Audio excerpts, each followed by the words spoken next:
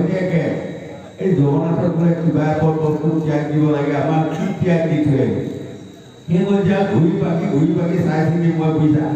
চেনিকে ত্যাগ দি থৈ আহিব। ঘৈণীয়ে কৈছে ভালে কৰি আমাৰ যে ডায়েবেটিছ আছে চেনি খাব নোৱাৰ, ভালে কৰি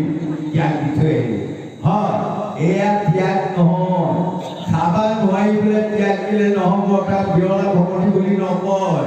খাব পাৰিও আমি ত্যাগ দিব লাগিব, হয়নে? খাব পাৰিয়ে আছো, পাৰিও আমি ত্যাগ দিব লাগিব। দাঁত থাকি মাংস ত্যাগ দিব শিকিব লাগিব, দাঁত থাকি কুঁহিয়াৰ ত্যাগ দিব শিকিব লাগিব, দাঁত থাকি নাৰিকল ত্যাগ দিব শিকিব লাগিব। কথা এটা উদাহৰণহে মই দি আছো, হয়নে? গতিকে আমি খাই বৈ তাক ত্যাগ দিব শিকাটো পৰম কৰ্তব্য। সেইটোৱে হ'ব আমাৰ 1 নম্বৰ ভকতি। সেই ভকতি কৰিয়ে আমি আত্মাক গতি দিব পাৰিম। কাৰণ আজিৰ পৰা যদি মই কৈ যাওঁ ডেকা গাভৰু উঠি অহা ল'ৰা ছোৱালী যুৱক যুৱতী প্ৰজন্মসকল, কালিৰ পৰা তোমালোকে কোনেও মানে মাছ নাখাবা মাংস নাখাবা হেন তেন হাবি যাবি আমি নকওঁ। কিয় জানে? মায়া সংসাৰখনত আশা ভৰসা লোভ মোহ সকলোৰে আছে। লাহে লাহে ক্ৰমান্বয়ে গৈ থাকোঁতে নিজে নিজে ত্যাগ দিব বাধ্য হ'বই। অভিজ্ঞতা প্ৰকৃতি পুৰুষ দুয়ো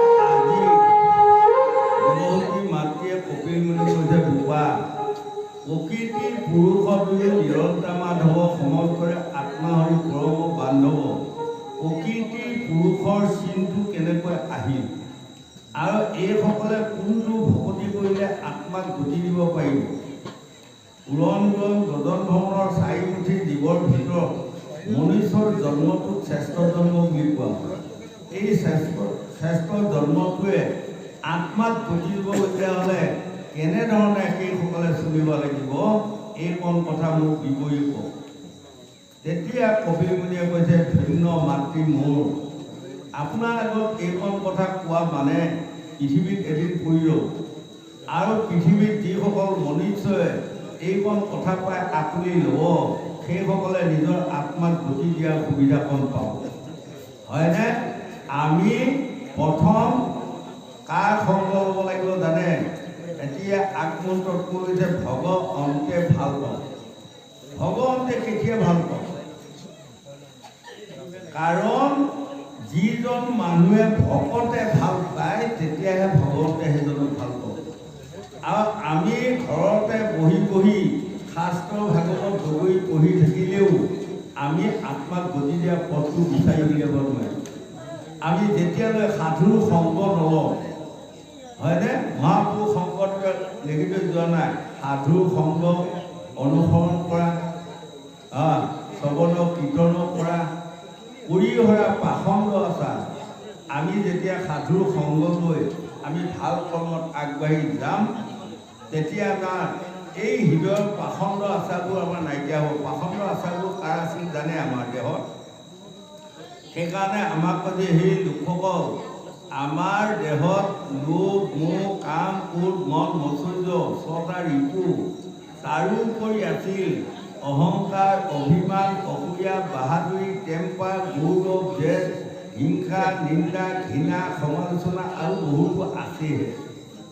হয় এইবোৰ হ'ল আমাৰ ক্ষতিকাৰক মুখত অৰ্পিত ফল অন্তৰত হলা হ'ল এইসকলে মুখতে বৰ ভাল লগাই মুখ মানে আগুৰি আছে কিন্তু এইসকলে পৰজন্মত মই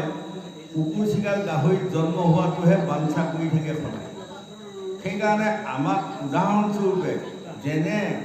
দেহমাৰ্গত যদি আমি চাওঁ পাঁচ পাণ্ডৱ কৌৰৱৰ যুদ্ধ এখন ক'ত হ'ল এখন যুদ্ধ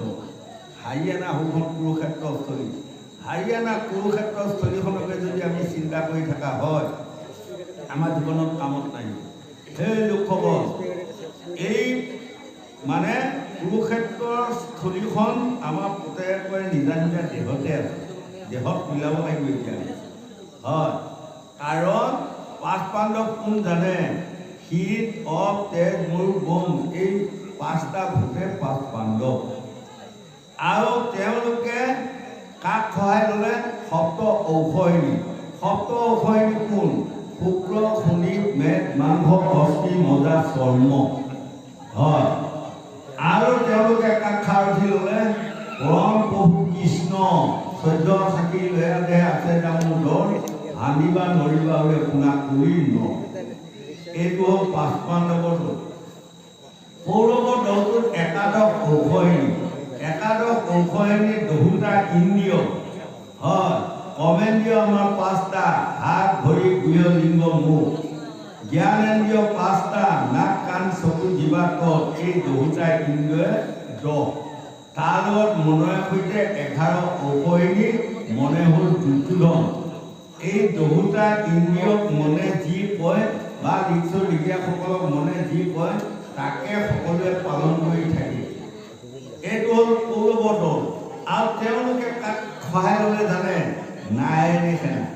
এতিয়া আমাৰ দেহত থকা নাৰায়ণী সেনা এই মই যে আগমুহূৰ্তত কৈছোঁ এইসোপা আমাৰ নাৰায়ণী সেনা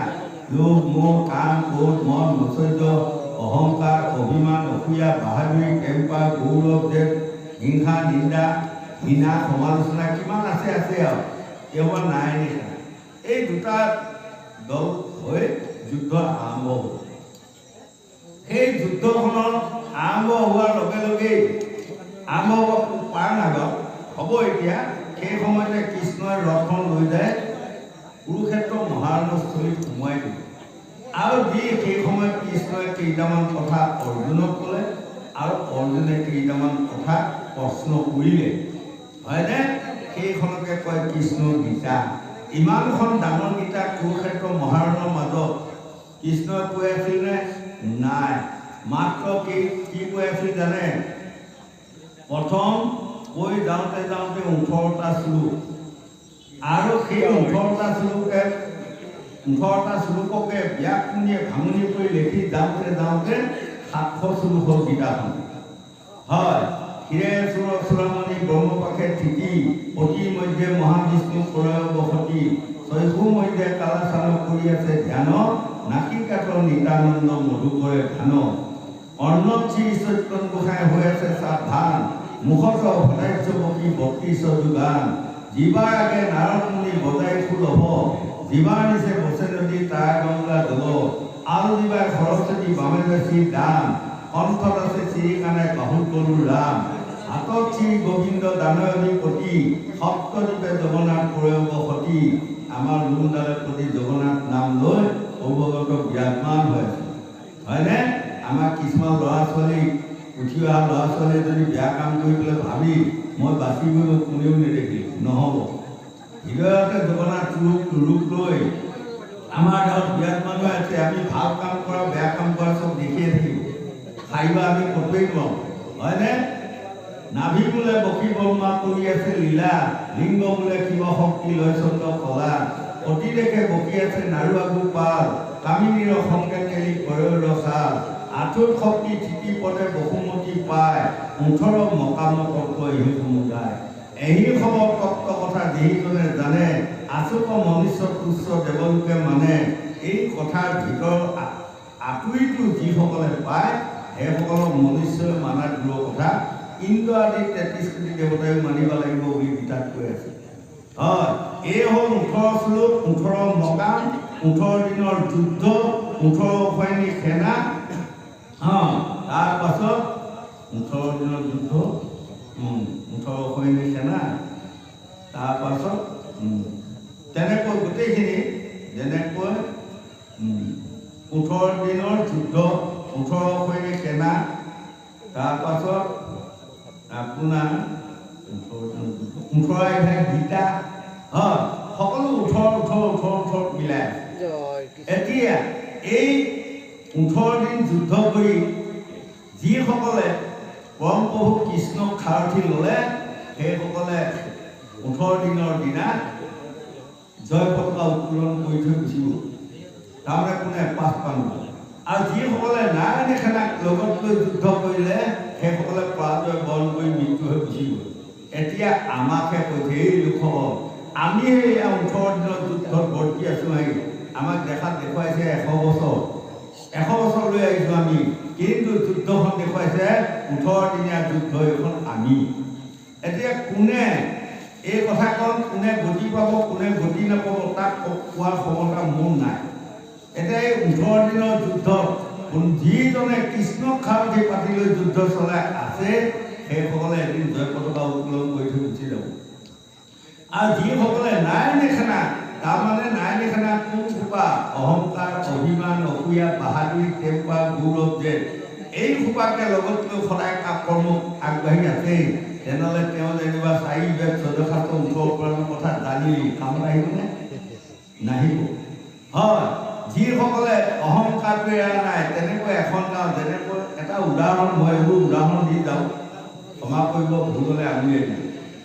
মাজগাঁৱত এজন বৰ ধুনীয়া মানুহ আছে চব পেলে ভাল হয় তাৰপাছত আৰু কিন্তু মানুহজনৰ এটা আছে কি গুণ জানে অলপমান গৌৰৱ আছে অহংকাৰী মানুহ তাৰপিছত এদিনা বৰ ধুনীয়া চাইকেল এখন কিনি লৈ আহিলে নহয়